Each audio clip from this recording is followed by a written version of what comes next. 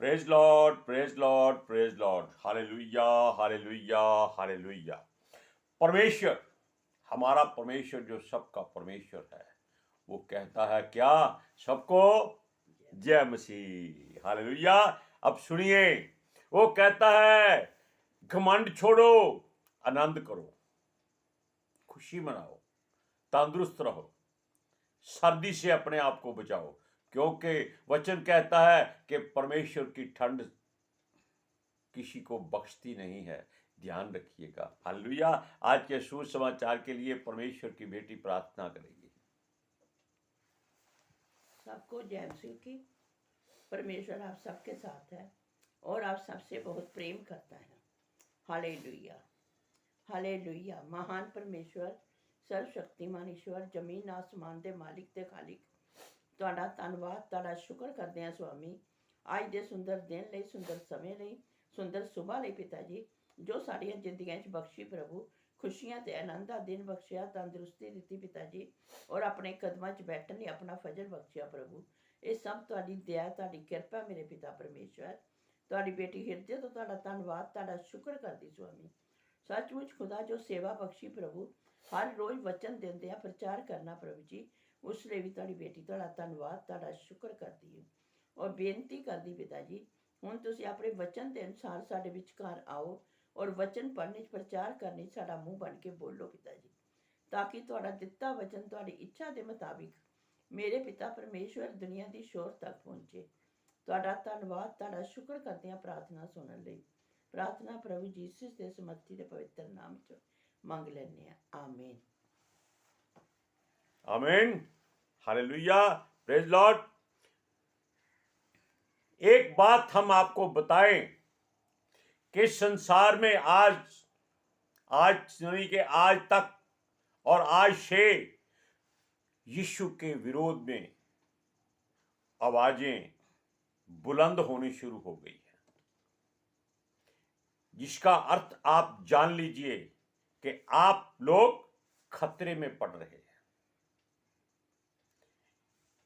आपको प्रभु के वचनों में और अधिक बलवंत होना है। हालेलुया। इसीलिए आप परमेश्वर के वचन को अपने ऊपर ओढ़ने की कोशिश कीजिए, अपने दिल दिमाग आत्मा को इस परमेश्वर के वचनों से ढकने की कोशिश कीजिए। ये ऐसी चादर बन जाए जो आपकी ढाल और झिलम बन जाए। तलवार आपके हाथ में रहनी चाहिए। हालेलुया। सुनिए, अब वचन की ओर जाते हैं। वो कहता है कि आदर करना सीखो, अनादर से बचाव रखो। हालेलुया। क्यों? अगर हम दूसरों का आदर करेंगे तो लोग हमारा आदर करेंगे। अगर हम दूसरों को निरादर करेंगे तो लोग आपको मसीह होने के नाते आप क्या हाल करेंगे, ये आप जानते हैं। हालेलुया। यीशु प्रचार करता हुआ अपने नगर पहुंचा और वहां पर इसलिए गया कि वो अपने लोगों से मिले,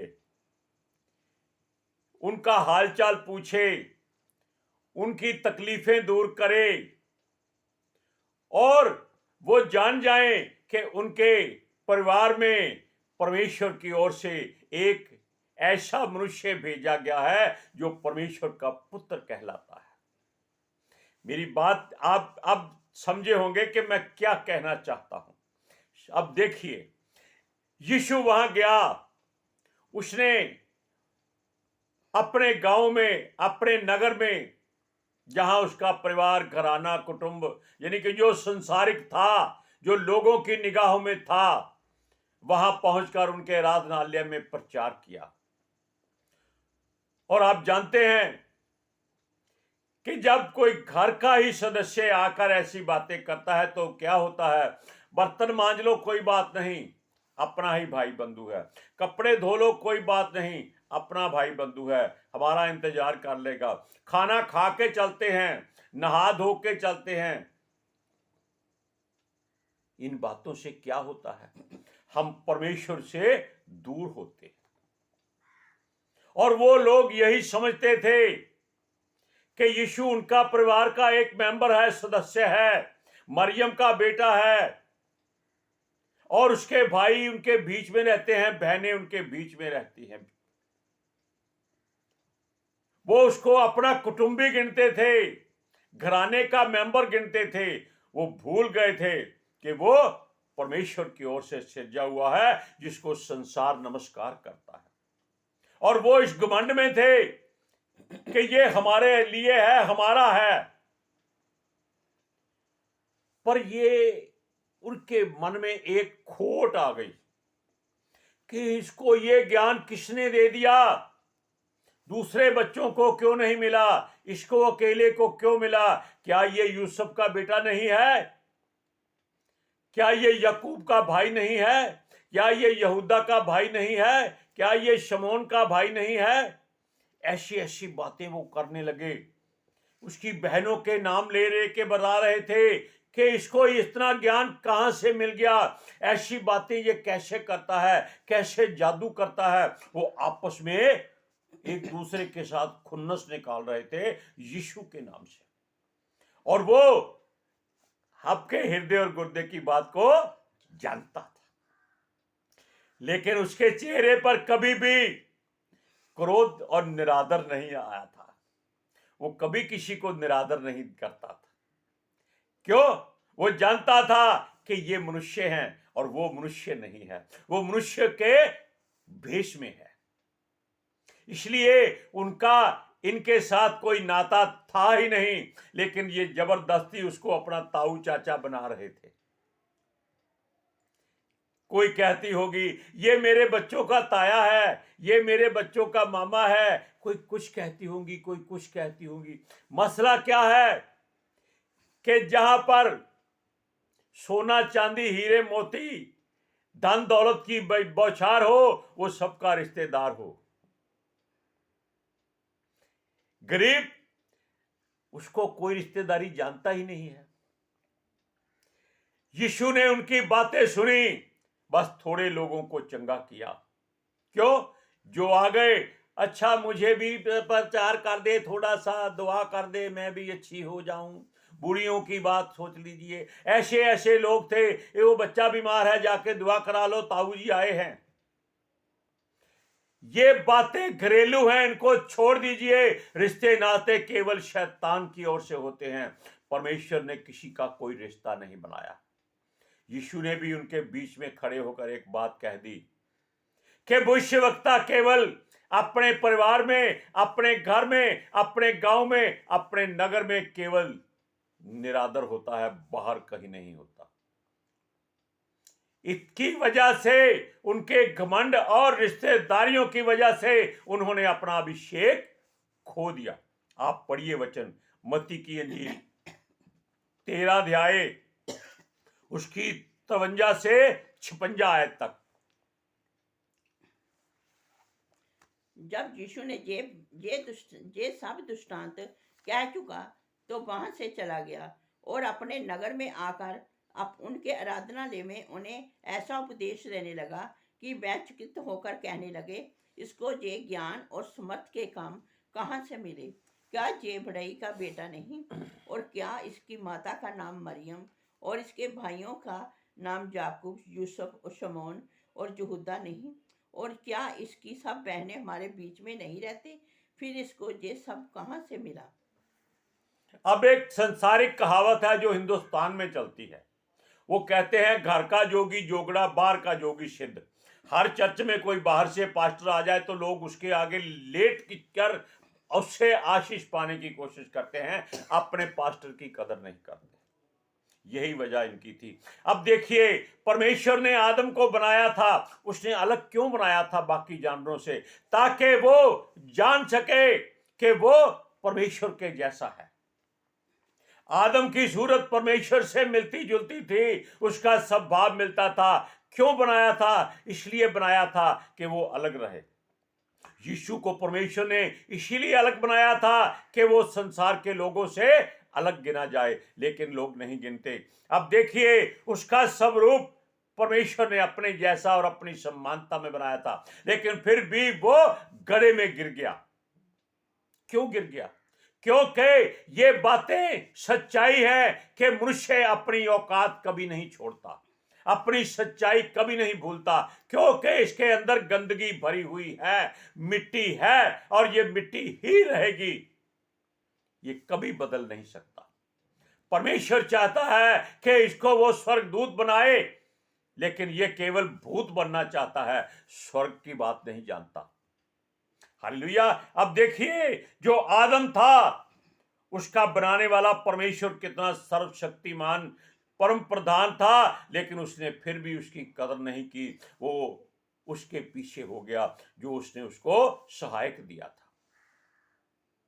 हालेलुया। अब देखिए, ये संसार से रिश्ता ज्यादा चाहता है। लोग क्या कहेंगे, मोहल्ले वाले क्या कहेंगे, गली वाले क्या कहेंगे, तुम क्रिश्चियन बन गए हो, तुम यीशु मसीह को मानते हो, तुमने अपना बाप बदल लिया है, अपना धर्म बदल लिया है।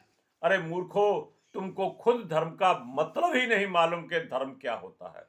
सूरज प्रमाणी ने आपको 1000 बार बताया होगा कि ये धर्म नहीं होता, ये धार्मिकता होती है, जिसको अच्छाई बोलते हैं। लेकिन ये लोग धर्म को ही महत्व देते हैं, ये अपना झंडा उठाकर चलना चाहते हैं, ये नहीं देखते कि इनके पीछे जो कीचड़ लगा हुआ है वो लोगों को दिखाई देता है। अब सुनिए, वचन पढ़िए, सबोपदेशक की पोथी 6वां अध्याय उसका 10वां वचन। जो कुछ हुआ है उसका नाम युग है, आराम से रखा गया है, युग के आरंभ से रखा गया है, और ये प्रकट है कि वह आदमी है, कि वह उससे जो उससे अधिक शक्तिमान है झगड़ा नहीं कर सकता है। यानी कि परमेश्वर के साथ मनुष्य का कोई मुकाबला नहीं है। वचन थोड़ा सा ठीक नहीं समझ सके आप, लेकिन पढ़िएगा जरूर। सबोपदेशक की पोथी जो कुछ हुआ है, जो कुछ हुआ है, हाँ, वो कहता है जो कुछ हुआ है उसका नाम युग के आरंभ से रखा गया है। यानी कि जो परमेश्वर ने पहले सोचा हुआ था वो रखा गया है, उसको कोई बदल नहीं सकता। लेकिन मनुष्य हर बात को बदलने की कोशिश करता है। वो सोचता है कि उसको जानवर क्यों नहीं बना दिया जो सारी सेवा कराते हैं। कुत्ते गाड़ियों में घूमते हैं और लोगों के बच्चे सड़कों पर भीख मांगते हैं। ऐसे ऐसे कुत्ते बुलडॉग रखे हैं जो एक ही बार में छोटे बच्चों को चबाकर साबुत खा जाते हैं। उनको लोग घर में पालते हैं अपने सोने चांदी की रक्षा के लिए, और वो कुत्ते कभी कभी उनको ही फाड़ डालते हैं। लेकिन परमेश्वर चाहता है कि कुत्तों का स्वर्ग में वास नहीं है, इनसे दूर रहो। मनुष्य मनुष्य बना रहे, वो यही चाहता है। हालेलुया। अब सुनिए, मनुष्यों की सोच जो परमेश्वर की सोच से कभी नहीं मिल सकती, उसको दोबारा इकट्ठा करने की कोशिश मत करो। वो तो कहता है विवाद करके देखो कि आपके देवता ईश्वर क्या कर सकते हैं। क्यों? जो कुछ परमेश्वर ने पहले बना दिया है वो ही है, वो ही रहेगा, और कुछ नहीं है। किसी ने कुछ नहीं किया। वो कहता है इसको इस्तेमाल करना जानो, केवल अपने मन में अभिमान मत करो, हर बात को मानो। उसका कारण अपना जीवन दूबर मत करो। दूबर का मतलब होता है हर तरह से मुसीबतें इकट्ठी करके फिर कहना मैं तो जाल में फंस गया हूं, मुझे बाहर निकालो। हालेलुया। अब सुनिए, परमेश्वर चाहता है कि अपने जीवन को बेकार मत करो, इसको ऐसे मत बिताओ, इसको फल रहित मत रहने दो। फल रहित हो गया तो यीशु आके कहेगा कि मैं तुझे दोबारा नहीं देखना चाहता। तुझे फल कभी लगेगा ही नहीं, और फल कभी दोबारा नहीं लगता उस जगह पर। हालेलुया। अब देखिए, वो कहता है इससे कुछ लाभ पाने की कोशिश करो, अपनी तमन्ना जो आपके भीतर है उसको उठाओ। लोग उसका फायदा नहीं उठाते। तमन्ना संसारिक हो जाती है, परमेश्वर की ओर नहीं जाती। यह बात उचित नहीं है पर सही है। उसका जीवन पल भर का होता है। क्यों? मनुष्य का जीवन का पता नहीं कब सांस बंद हो जाए और फुर आत्मा निकल जाए, तब क्या करेंगे आप? उसको कोई पकड़ नहीं सकता कि वापस शरीर में डाल दो, ऐसा हो नहीं सकता। जैसा परछाई होती है वैसा ही वो निकल जाता है। क्यों? मनुष्य चला जाता है, एक तरफ रोशनी होती है, दूसरी तरफ उसकी परछाई आ जाती है। लेकिन अगर रोशनी खत्म हो जाए तो परछाई गायब हो जाती है। कहाँ चली जाती है कोई नहीं जानता, उसको वो वापस नहीं ला सकता जब तक वो उजाले में ना आएगा। और मनुष्य अंधेरे में रहना चाहता है। अब देखिए, वो अपनी लाभ और हानि के बारे में नहीं सोचता, वो केवल अपने हित के बारे में सोचता है, क्या ठीक है क्या नहीं ठीक है। क्योंकि मनुष्य के जीवन के सारे भेद परमेश्वर जानता है और उसके सिवाय मनुष्य के जीवन का भेद कोई नहीं जान सकता। परमेश्वर को तो सब कुछ मालूम है, लेकिन वो इसके काम में दखल अंदाजी नहीं करता। ये बात आप मेरी बात ध्यान से सुन लीजिए, हृदय में रख लीजिए। उसके लिए परमेश्वर बाद में क्या करेगा ये वो जानता है, मनुष्य नहीं जानता। एक वचन को पढ़िएगा, उपदेशक की पत्री 6वां अध्याय उसकी 11-12 ध्यान से और तरीके से। 6वां अध्याय 11-12। बहुत सी ऐसी बातें हैं जिनके कारण जीवन भी व्यर्थ होता है, तो फिर मनुष्य को क्या लाभ। क्योंकि मनुष्य के अधिक व्यर्थ जीवन में जो कुछ परछाई के समान चिताता है, कौन जानता है कि उसके लिए अच्छा क्या है। क्योंकि मनुष्य को कौन बता सकता है कि उससे बाद दुनिया में क्या होगा। अब जानते हैं उपदेशक क्यों कहता है कि सब कुछ व्यर्थ है। इसीलिए कहता है कि जो कुछ आज आपके पास है उसको पकड़ लो, उसको थाम लो, वरना किसी काम में कोई बात आपके हाथ में नहीं आएगी। आप किसी काम के नहीं रहेंगे, क्योंकि आपको नहीं मालूम कि आपके बाद में क्या होगा। अब सुनिए, ये सब बातें पूरी होने से यीशु अपने लोगों के बीच में से चला गया। अब यीशु की ओर क्यों आते हैं? क्योंकि इनका नाता यीशु के साथ ही जुड़ता है। यीशु वहां से चला गया, उनको संसार के दुखी लोगों में दुखी ही रह गए। उनका दुख वो दूर करता रहा, लेकिन उसी का जो उसके पास आया, उसके करीब आया, जो केवल बातें करता रहा कि ताऊ जी घर में आ जाएंगे, हाथ रख देंगे, ठीक हो जाओगे। लेकिन ताऊ जी परमेश्वर की मर्जी को पूरा करते हैं, लोगों की मर्जी को पूरा नहीं करते। ये सोचते रहे कि इतना सिद्ध योगी ये कैसे बन गया। वो केवल इसी उधेड़ बुन में अपना समय बर्बाद कर चुके थे कि ये क्या हो गया, ये तो घर में आने वाला था, मैं तो खाना बना के रखा था, चिकन बनाया हुआ था। लेकिन प्रभु के पुत्र को किसी वस्तु की जरूरत नहीं है। उसको आपके हृदय में जगह चाहिए, आपके जुबान के वचन नहीं चाहिए। आपकी आंखों में उसके लिए तमन्ना चाहिए, चाहत चाहिए, आपके कानों में उसकी आवाज आए, ये आपकी इच्छा होनी चाहिए। आपकी सांसों में उसकी खुशबू आए, ये आपकी इच्छा होनी चाहिए। यीशु मसीह ये चाहता है। वो चाहता है आपके हृदय में से सारी बुराई निकल जाए और यीशु मसीह उसके भीतर आ जाए। आप संसारिक मनुष्य ना बने, वो आदि मानव ना बनने की कोशिश करो। परमेश्वर की ओर मुड़ जाओ, अपने हृदयों को साफ करो, जांचो परखो कि हृदय में आपके कितनी बुराई भरी हुई है। आप उसको क्यों नहीं निकालते?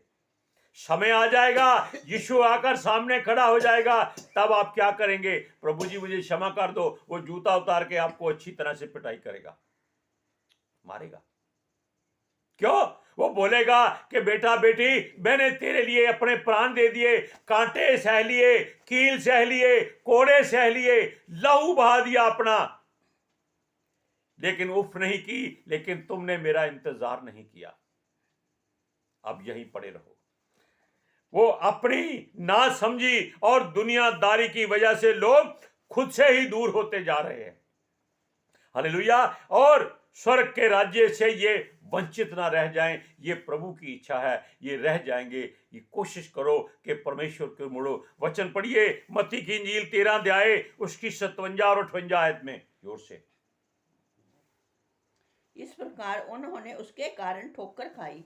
पर यीशु ने उनसे कहा, भविष्यद्वक्ता को अपने देश और अपने घर को छोड़ और कहीं निरादर नहीं होता। और उसने वहां उनके अविश्वास के कारण बहुत से समर्थ के काम नहीं किए।